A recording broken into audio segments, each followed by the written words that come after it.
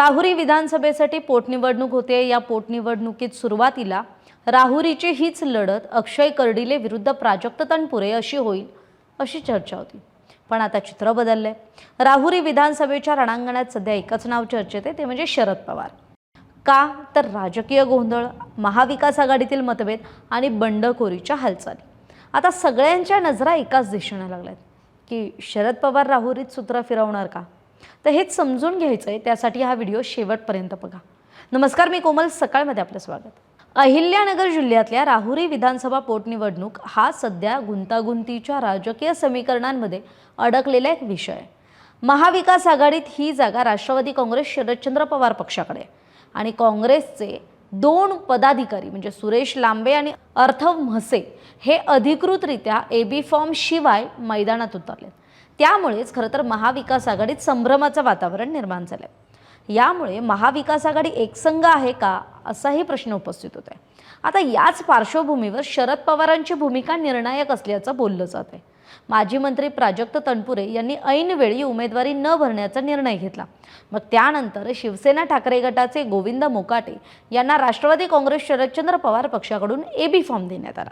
मात्र त्याच वेळी काँग्रेसचे उमेदवार आणि शिवसेनेचे अपक्ष उमेदवार रिंगणात उतरले आणि त्यामुळे राहुरीचं समीकरण आणखी गुंतागुंतीचं झालं। राजकीय वर्तुळात अशी सुद्धा चर्चा रंगली आहे की शरद पवार स्वतः हस्तक्षेप करून महाविकास आघाडीतील सर्व घटक पक्षांना एकत्र आणण्याचा प्रयत्न करत आहेत। काँग्रेसच्या उमेदवारांना माघार घ्यायला सांगणं, शिवसेनेच्या बंडखोरांना समज देणं आणि एकच अधिकृत उमेदवार हा उभा करणं, या सगळ्या हालचाली या शरद पवारांच्या मास्टर स्ट्रोकचा भाग असू शकतात। दरम्यान काँग्रेसचे ज्येष्ठ नेते बाळासाहेब थोरात यांनी सुरुवातीला उमेदवार देण्याचा निर्धार व्यक्त केला होता।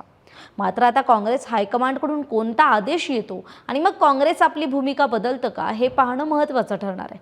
कारण जर काँग्रेसनं उमेदवार माघारी घेतला तर महाविकास आघाडी अधिक मजबूत होऊ शकते। याशिवाय या निवडणुकीत 30 उमेदवारांनी 42 अर्ज दाखल केले होते।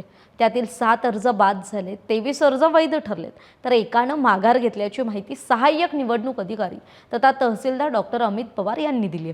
आता महायुतीकडून अक्षय कर्डिले आणि महाविकास आघाडीकडून गोविंद मोकाटे यांच्यात ही थेट लढत होण्याची शक्यता आहे। मात्र ही लढत सोपी नसेल असं सुद्धा राजकीय निरीक्षकांचं मत आहे। एकूणच राहुरीची ही निवडणूक शरद पवार विरुद्ध राजकीय गोंधळ अशी आहे।